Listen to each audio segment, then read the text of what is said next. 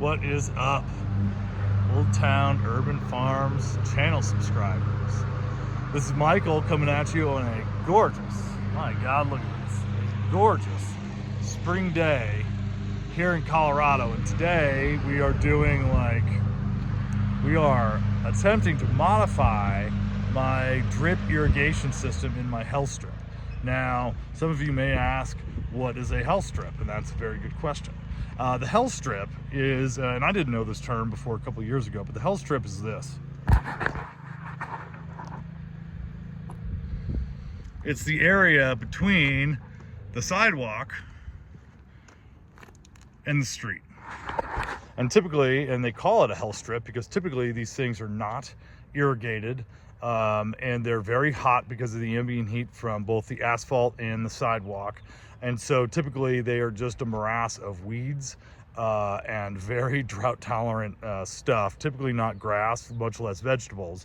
But over the course of the last 5 years, I have taken what was just a grassy mess. It was pretty decent grass, but it was nothing but grass, and turned it into this. Let's walk through it, shall we?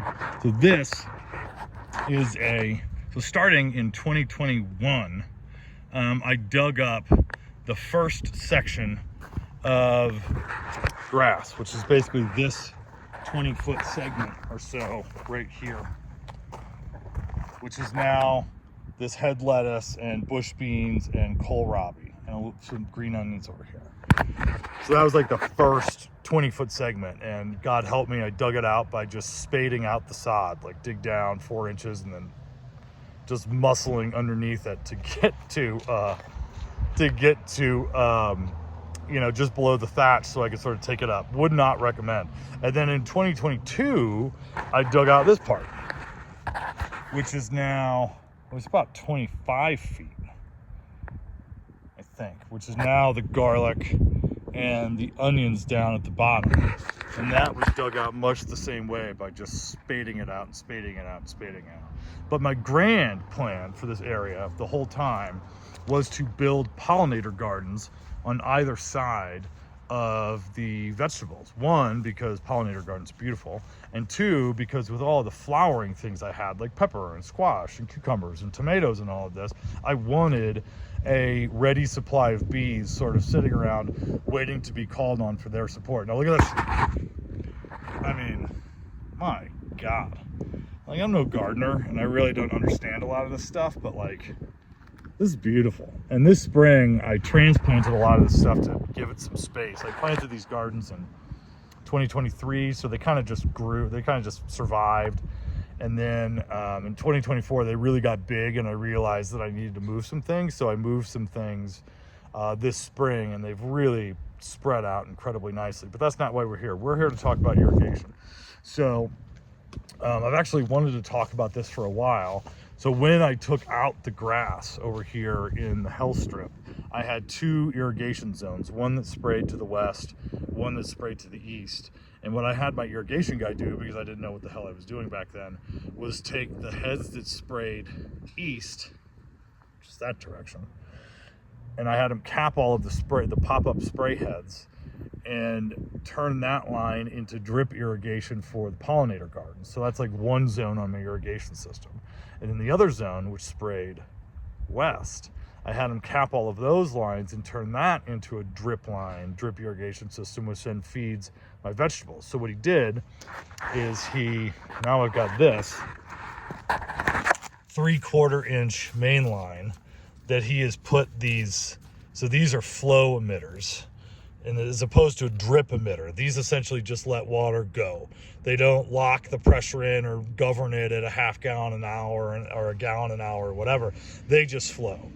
These then feed into a vinyl tubing that goes to a flow regulator, this thing right here. And this will show the direction of the flow. So right now, this is just buried under a bunch of stuff. I didn't even know where it was. I had to dig it out. This is on. So now I know why everything over here is so well irrigated. So this is on. This is off. So just inline, perpendicular, offline. And then this then goes into actual tubing. This stuff here, it's 1/4 inch tubing with emitters.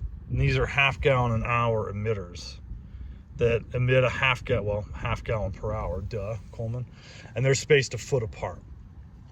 So I have found that during the height of the season, for most of my vegetables, about a 1/2 gallon 3 times a week is enough to keep my vegetables hydrated and watered and everything else. And it's maybe like, because it's been really hot in Colorado the last couple summers, so I've actually had to add some supplemental water here and there. But I've also had to add supplemental water because the tubing on these is so thin. Again, it's only like 1/4 inch. The water loses friction after a certain length which is about 25 feet. But I've found that it actually starts happening closer to around 20 feet. So this bed that I've got right here that I've been working on, this whole hell strip, is 40 feet long from end to end. And I have two different irrigation connectors to it. One is down there that's about at like foot marker 13-ish or so, something like that. And then this one right here, pull back out, which is again about 13 feet down. And you can see the hoses coming in here. But I still don't think it's really doing enough. So what I'm actually going to do, and I would have thought this unthinkable a couple years ago, but I think I've actually figured out how to do this, is I'm going to cut the 3/4 main line and attach it on both ends to this thingamajiggy, and then run new feeder tubing out through this thing. So it's going to look like this. So this line's going to get cut here, and then the main lines are going to go in here, and this has got like a barbed inside, so it stays watertight. And then I'm going to run a new line out that way, and from that line then I'm going to run 4 irrigation lines down this, because I've got 5 crops, so 4 lines should do it. And then I'm going to come down here to this line, basically do the same thing, cut this off, run a line straight out that way, and then run lines going that way. And then I'm gonna add a line. So I'm gonna do another T here. So it goes this way, and it goes that way, and it goes that way. And then I'm gonna add more line here, and we're gonna come all the way down here around the onions, do a right hand connector. It's gonna go that way.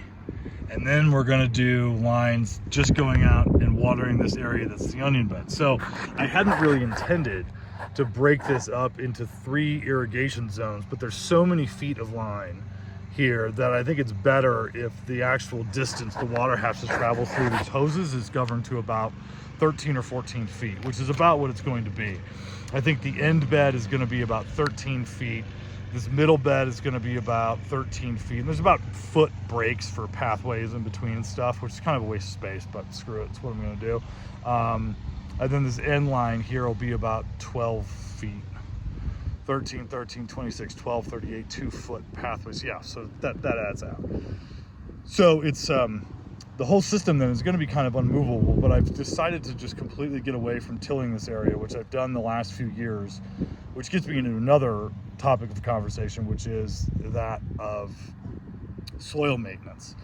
I've not done a great job out here. I've used like a fertilizer regimen of blood meal and fishbone meal to amend the soil to get my crops to grow, but I've not really done a fantastic job about adding organic matter to the soil out here, which is something I'm definitely going to do this year. So I'm in the process of adding tons of compost. As these crops come out, I'm adding tons of compost and then broad forking the soil beneath it, which you may remember from the videos that I was doing back at the offsite growing location.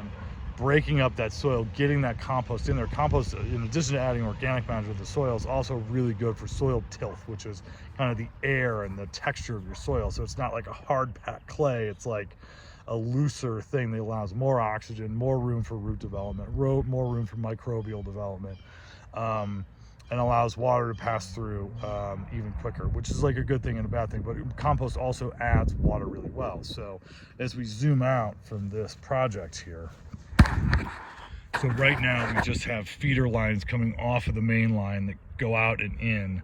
But since I want to run like 4 lines per section, I'm going to do T's at about 13 feet roughly, and then add individual drip lines sort of running down the middle of all of these beds, kind of exactly like what I've done here with this.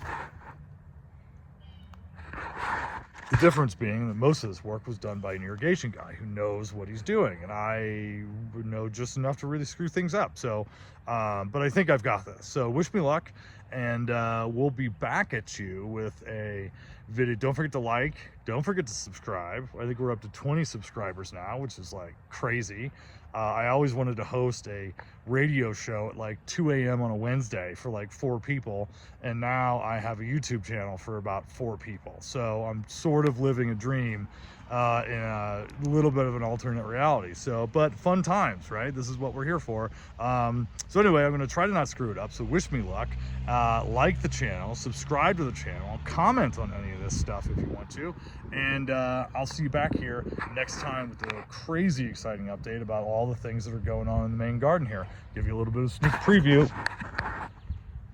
Hint, it's a lot of stuff. Stay tuned. This is Michael for Old Town Urban Farms. Until next time, see you later. Bye.